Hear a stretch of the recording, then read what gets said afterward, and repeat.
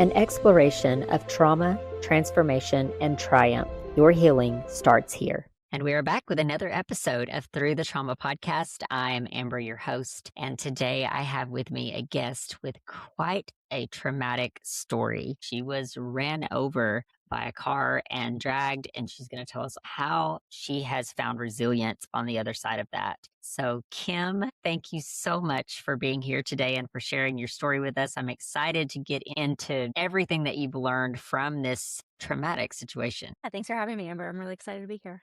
Tell us a little bit about yourself, first of all. I know that I gave a very brief introduction, but just tell us a little bit about yourself.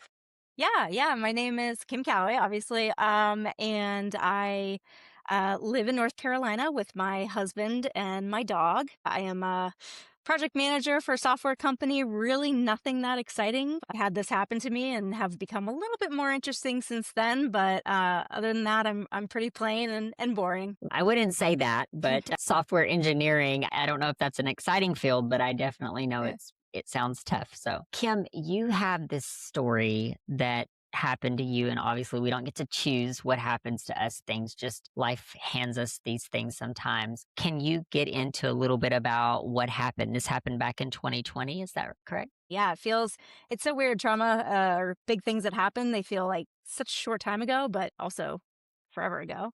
Yeah, so I went to the gym every day, 5 a.m. class, normal.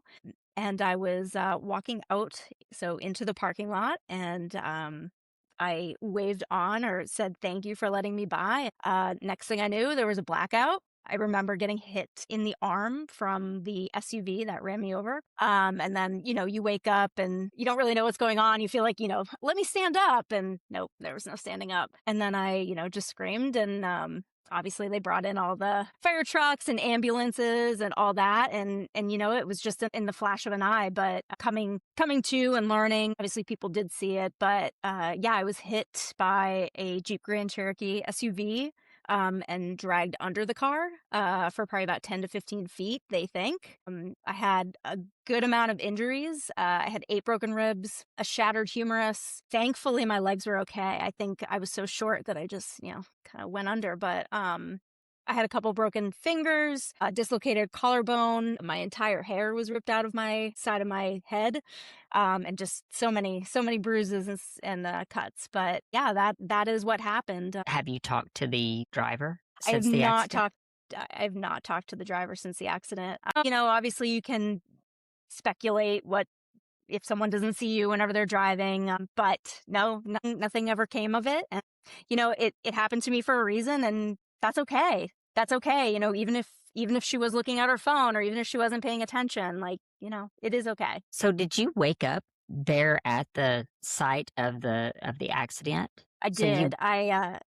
you blacked out and then you come back too, but you didn't know obviously what had happened. I did not know what happened. I did know that it was a hit. I specifically remember feeling that on my arm. Went under the car, blacked out, felt them hit me. I was obviously blacked out underneath the car, and then I woke up looking at the sky. I tried to get up and then screamed for help, but no, I didn't know exactly what had happened to me. It felt like, whenever you're about to go down and you're about to fall and you're trying to catch yourself, that is what I felt. And then I went black. So you didn't know were you in pain or was your adrenaline? I think there was a little bit of adrenaline. I could not feel my arm. I kept saying, like, something's wrong with my arm. They ripped my arm off. Like, I thought my arm was gone. Thankfully, it still exists. Obviously, through all the trauma in my life, I love to make jokes. So I remember laying on the ground and trying to laugh with the people who had gathered around me, my friends, because obviously I worked out with them. And, I was like, well, something's got to be wrong. Like, just trying to make jokes in light of my injuries. But So when you woke up, when you tried to yell, were you alone or were people gathering? I was alone. People had started running out once they realized that something had happened, and I think they heard the screaming. I know there were 2 people who were getting out of their car to go into the next class that obviously I think they said they saw like my feet or my shoes fly off. So they called 911. But yeah, I was alone, and then everyone gathered around. And you don't know what the driver, did she get out of the car, or I guess she was probably terrified as well? She did eventually get out of the car. I believe what was said is that she thought she had popped a tire, so which is why she had gotten out of the car. But and eventually did come back, but Wow, what a story. I honestly am like speechless because I can't even wrap my mind around the fact that you just got pulled in a car, you're conscious, you're talking, but you're laying there alone. It just sounds so surreal. I could not even imagine what was going on in your head. And I think in those types of situations, you really don't think. It just happens all so fast. So you ended up going to the hospital, I'm assuming. I did end up going to the hospital. I even remember I was very on it answering questions because obviously you have your phone and how do people get into my phone? I have a lock on it. So I mean I rambled off my password and had them call my husband, and I remember my husband showing up and looking up at him. Yeah, I remember all of that. So they load me into the hospital. I mean, I remember making jokes in the ambulance. But yeah, very sparsely. They were giving me drugs. They asked to cut my clothes off, and then I remember being wheeled into the hospital. Kind of like a Grey's Anatomy episode where you're just seeing the lights of just being wheeled in and being left to whatever they needed to do. Okay, so tell me a little bit about like how this impacted you. Obviously, you're active, you're at the gym, you're working out. This happened in the gym parking lot? Yep, So you're walking out of active. class. Yes, you're a very active person. You work out, you live an active and healthy lifestyle. What was this journey after this? Like talk to me a little bit about what that looked like going forward. Yeah. Amber, you hit it right on the head. It's really funny that I was very active and I did go to the gym and all that. And, even in the hospital, again, my therapist would tell you, I like to make jokes when I'm in trauma, but, I was like, I was doing burpees this morning. I kept telling people, but I think the funniest thing about all of this is I was not healthy. I was not in shape. I was overweight and not in a great place, and I think that that's the biggest part about this whole trauma experience is that I get hit by a car, I am active, and it's a huge problem not only for me based on what I went through in the trauma, but then also to not be able to move, to not be able to go to the gym. But I think the biggest part about this is that I found this different person of who I am. Once the recovery happened, it probably took about 8 months to a year. I had surgery. I had to go through physical therapy to even be able to do a push up. I started eating healthy. I started counting my macros. I lost 60 pounds and I started running because I had no other place to put my thoughts. I'd go to therapy and of course it'd feel good during it. And me and my therapist would work through whatever we could, but like I didn't know where else to put it. I felt so sad. I felt so angry that I got everything taken away from me. I couldn't even shower or sleep in my own bed. And and I started to funnel it. I started to funnel it into, I went out and walked. Eventually, as I got past, just being able to walk, I started running. I started just putting my thoughts into what I can do with my body. And it was a huge recovery process. And I'm a better for it, which sounds so crazy to say that being ran over by a car, I'm a better person after it. Does it make you appreciate your ability to move and to function a little bit better having that taken away? Yeah, 100%. I mean, that was, even if I wasn't healthy, I still was doing it. And yeah, it was a huge part of my life just to go in and sweat out the angst and the anxiety and everything that you have, that I'm sure many people have. And yeah, for it to be taken away. And I was literally sitting, just sitting I didn't have surgery for 45 days after being ran over. I was very stir crazy. Yeah.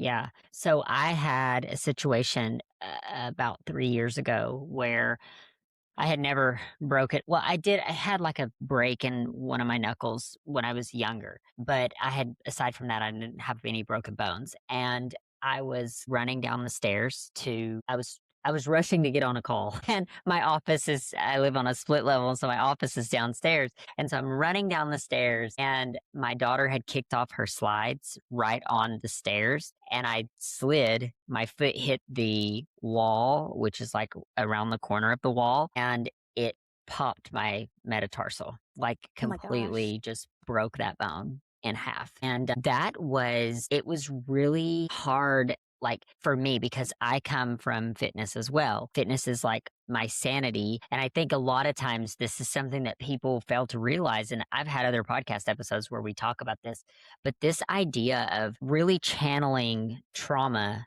through fitness and through movement and through and regulation of emotions through fitness, I think there's something to that. And for me, being into fitness and then breaking a bone to where I can't walk, I ended up having to get surgery too. And so there's so much time before surgery. Then you have the surgery, and there's so much time after the surgery that you have to recover. And it is hard mentally, especially if you are already used to working out. And you don't have to be in the most phenomenal No. shape. Just movement in general we discount that a lot of times. So Yes. I can totally relate to what you're saying there as far as um, that challenge of having to just sit there and feel like, oh my gosh, I was just working out yesterday. Now I'm trying to um, figure out what I'm going to do. I'm like, can't even move. So that's hard. Having gone through that, and I know you learned a lot through that. What advice would you have for someone if they found themselves in that situation? Oh man, because that is the hardest thing. I think if you are unable to work out, I tried my best to journal, to write it down, to get any thoughts that I could get out. I even tried to do little things like, the little bands and, you move like that. Just try to do everything little. And I think that's for anyone, even if you're not injured or even if you aren't a fitness, just start out small.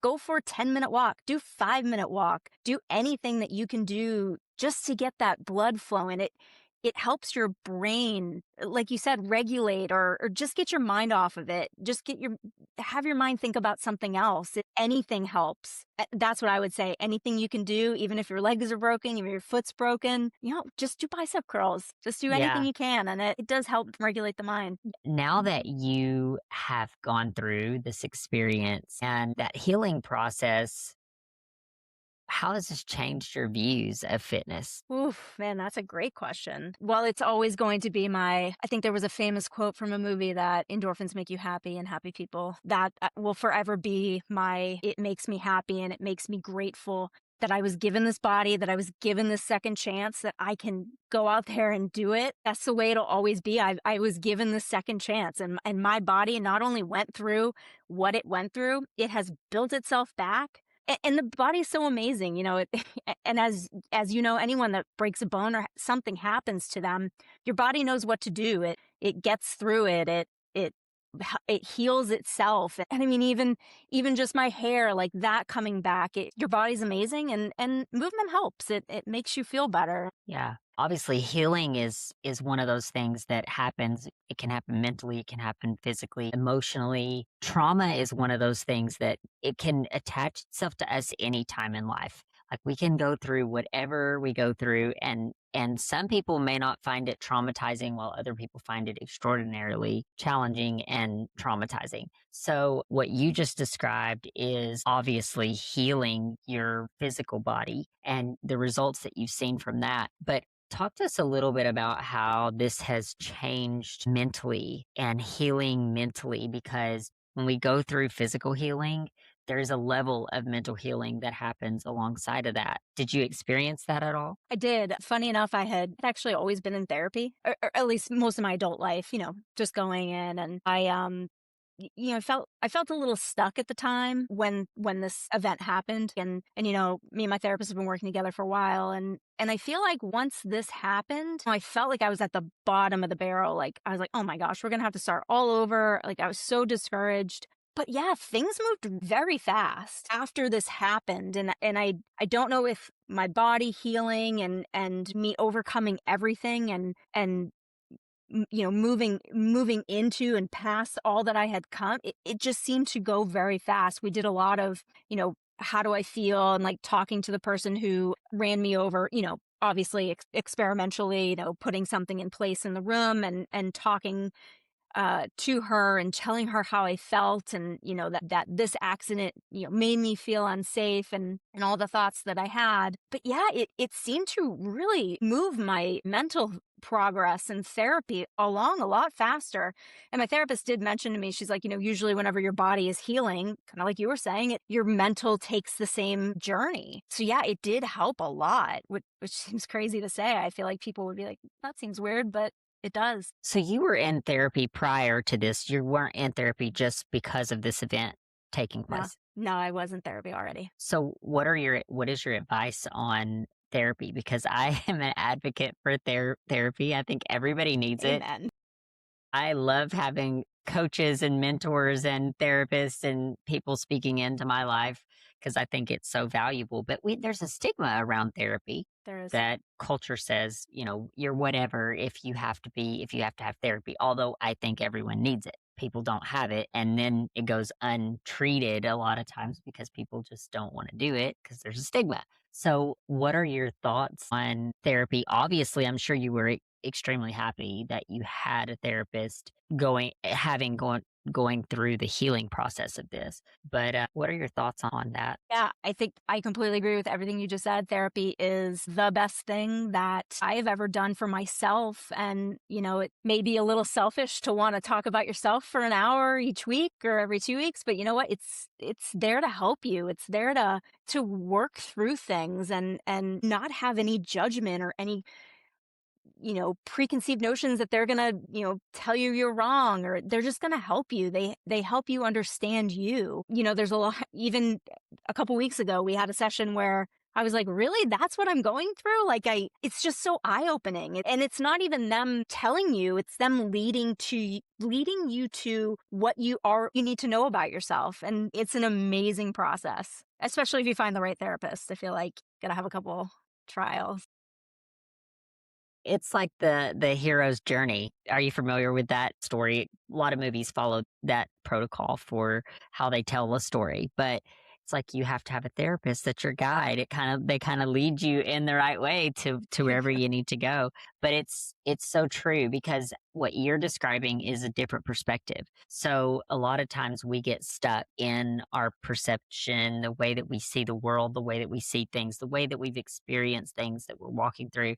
And I think a lot of times that once you get stuck in that perspective, it takes something to shift you out of it. And that can be in the sense of a therapist or a guide or someone that's leading you out of that or helping you see a different perspective. Unfortunately, we live in this culture right now where I feel like there's a shortage of people being honest and telling you the truth because everybody's scared that they're going to be offensive.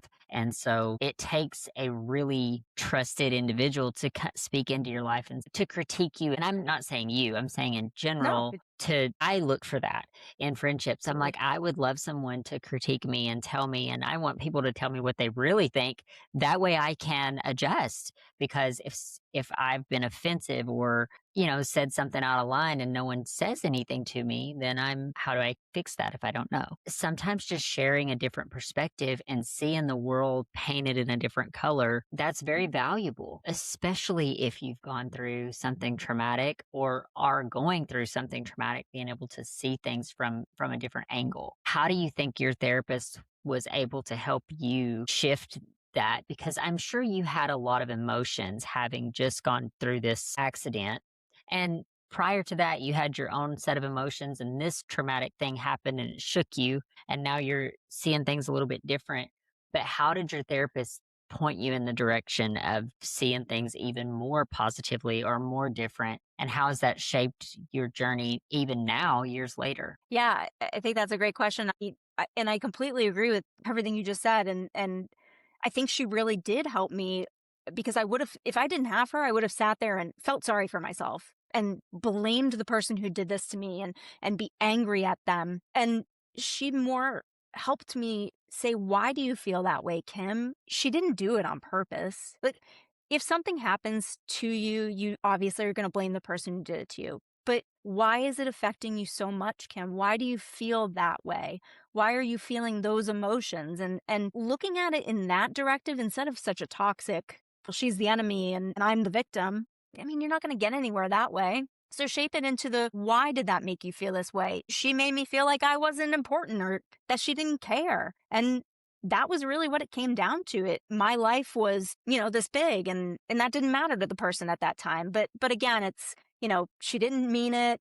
You got to look at it in different light. Like you said, it takes someone else to come in and help you, because obviously your family and your friends are going to be like, yeah, she's terrible. Like, that's the way it works. But to help you and say, she didn't do it. She didn't, I'm going to get Kim today. Like, no. And so when we talk about this and we're talking about forgiveness, obviously, and this is something that we're faced with multiple times throughout our life, like numerous times throughout our life, is feeling like someone did this thing to me and I hold bitterness or hold resentment or hold frustration towards this person. But obviously your therapist helped you see to be able to forgive. How valuable do you think that is in anyone's journey going through harboring those feelings? How important do you think it is to forgive them?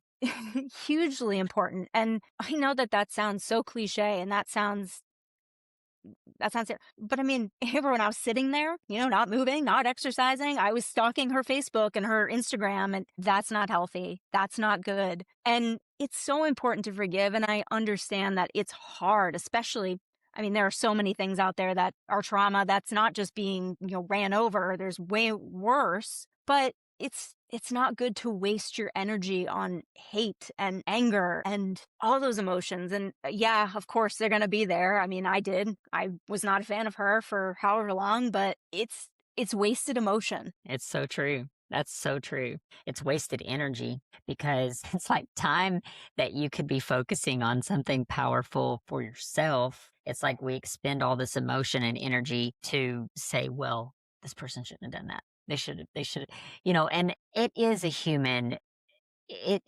human nature for us to want to do that. It's like we have to fight against that. But there's modalities, there's certain things that you can do. Talk therapy is great. It's one of the modalities I think that is super powerful by seeing other people's perspectives. There's other things as well that people can do to release those emotions and to let go of some of the things that they're holding on to. Because at the end of the day, this is what I've found, and not only in my personal walk journey through this life and my human existence, but talking to other people, other guests that I've had on the podcast. If you harbor that, it ends up making you sick.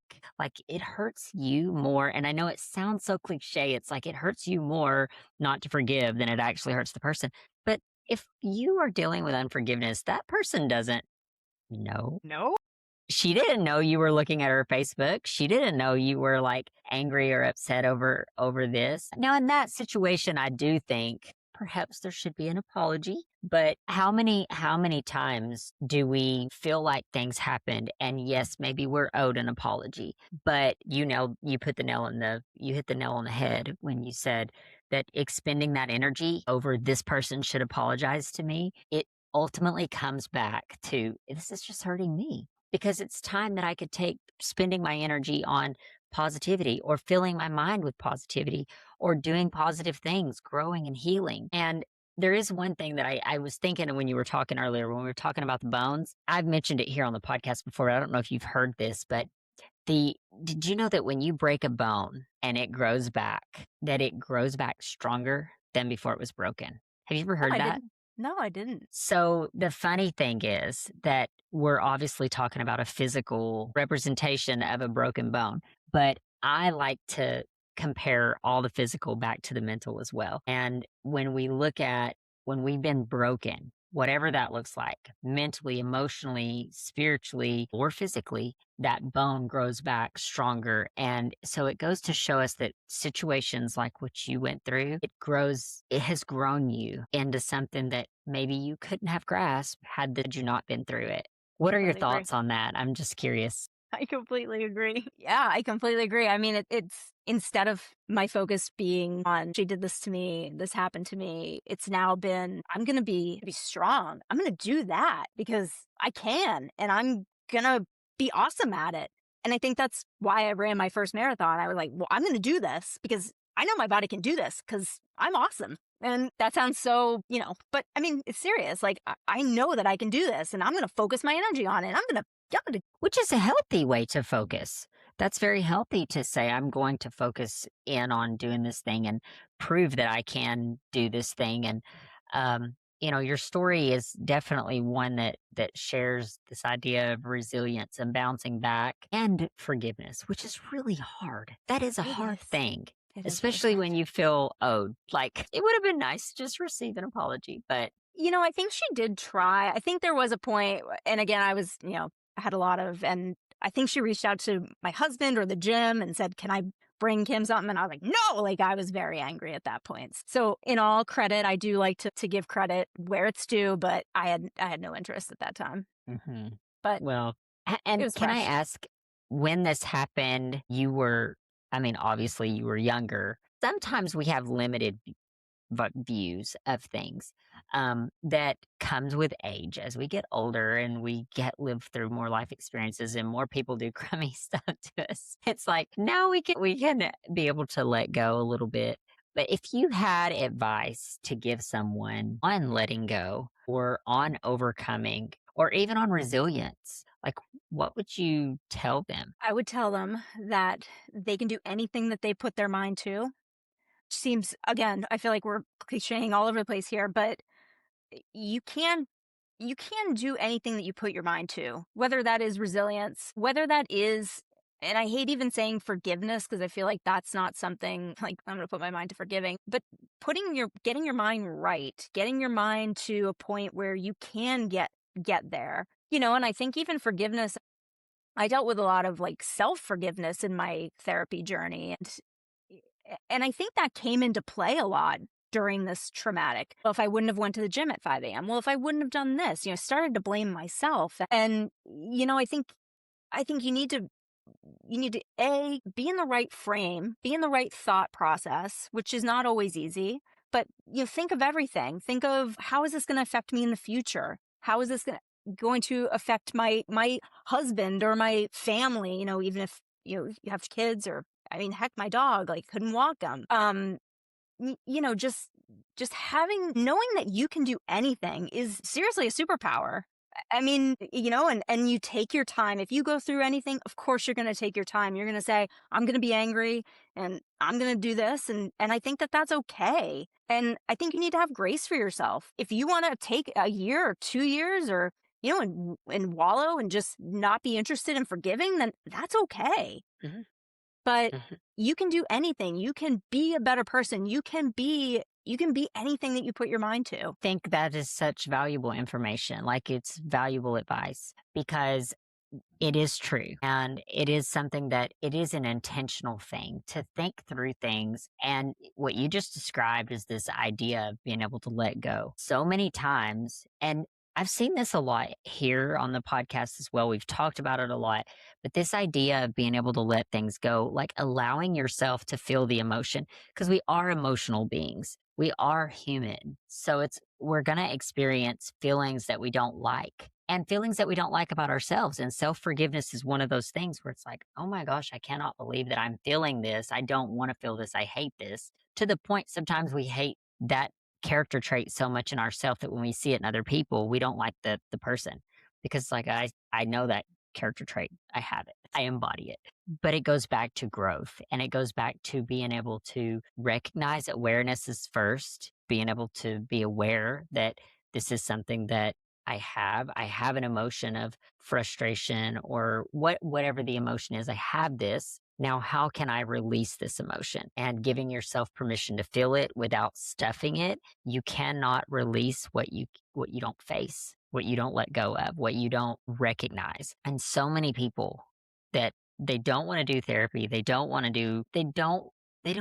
think people don't want to grow. I think their growth is uncomfortable. Yes, it is. And so a lot of times people's like, I don't want to broach it, but there's beauty on the other side of it. I wish people could understand that. And I think that so many things could be fulfilled and helped, and we could get in such a healthier place, like even physically healthier, if we could learn to embrace the emotion, let the emotion go, and move past it. Learn how to release it and let it go. And there's so many modalities out there. Talk therapy is one of them, but there's many other modalities that helps people overcome emotions. So I There would is. encourage people to get in there, figure out what those emotions are that's making you react the way that you react, and then Yeah. go get them healed Yeah. because life's Because too short. it's so much fun. Now that sounds so it's actually a lot of work and, it is uncomfortable, but it just to know yourself, it's so much fun. It's really funny. My therapist always tells me because I'll identify emotions that I feel, and she's like, "You need to give it the light side of that emotion." I'm like, "Well, I don't know what that is." So we'll wordsmith of what emotion are you feeling? Why do you give it? And then give it a light side, so then we can use it in our new life. So yeah, I think therapy is great. That's some really good practical advice there. But again, it goes back to changing the perspective of how Yeah. you're seeing things, right? Yep. Because we see that emotion, but there's a benefit to it. And I think overall, when you look at this podcast or any individual story that's told, you have these amazing things that it's trauma has happened. We've journeyed through the trauma and now triumph can happen. There is beauty born out of pain. And I wish more people could see that and embrace that and allow that to happen in their lives. Yeah. Yeah. Just looking back at that person that I was, I am proud of myself, and I think everyone you should be able to think that about yourself. Be proud of yourself. Be proud of what you do. It's such a great feeling. What is the one thing that you feel like has changed the most as a result of this accident in yourself? Man, I feel like I try to see it from other people's from their perspective. Why are they reacting this way? Why are they angry?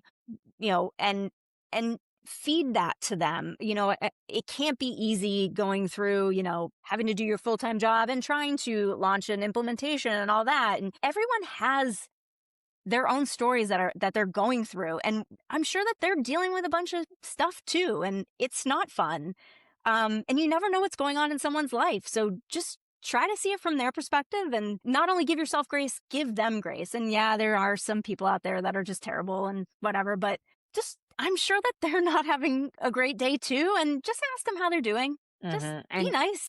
just to piggyback on that, this is something that I've considered a lot is this idea that we don't know what has made someone like why they act the way they act. And I think when you look at it, like, if you have this rotten coworker, for example, that just like is always mean to you or whatever, it's easy to be like, oh, this guy, like, he's just rotten all the time, like always mean to me. But who's to say that he didn't experience neglect when he was a child? Or, there's so many things that could have happened in the course of his life to make him bitter. And I think that the enlightened ones, the people that are like dead set on growth, they're like, they want personal growth.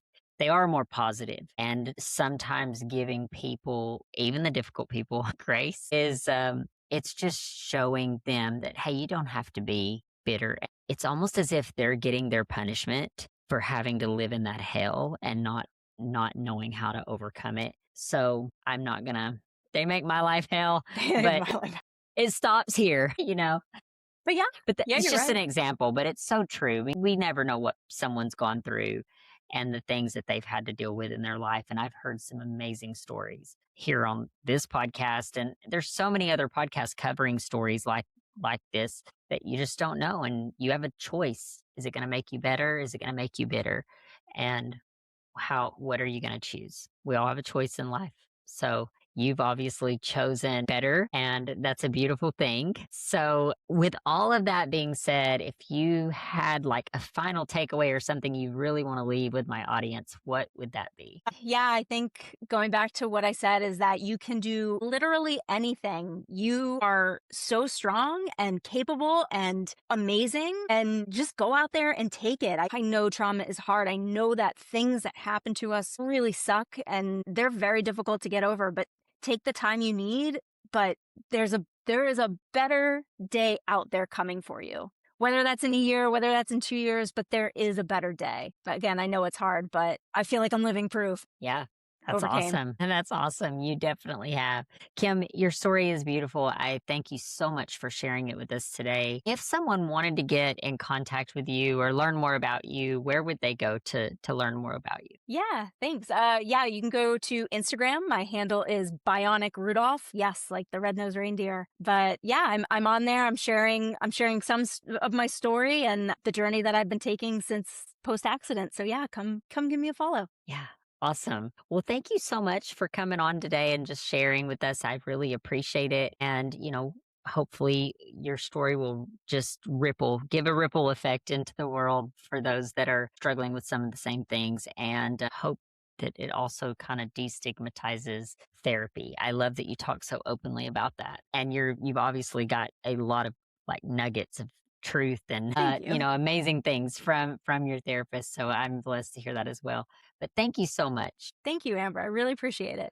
Hey there, friend. Thank you from the bottom of my heart for spending this time here with us on Through the Trauma podcast. Your presence means more than you know. If this episode has spoke to you or gave you hope or made you feel just a little bit less alone, then I would love it if you would take a second, subscribe, leave a review, and share it with someone who truly needs to hear it. Every share, every comment, every listen, it all helps our message get out and reach those who truly need it the most. Healing happens inside of a community, and together we are breaking the silence and creating space for transformation. Thank you so much for being a part of this journey. Until next time, be gentle with yourself. You are not alone.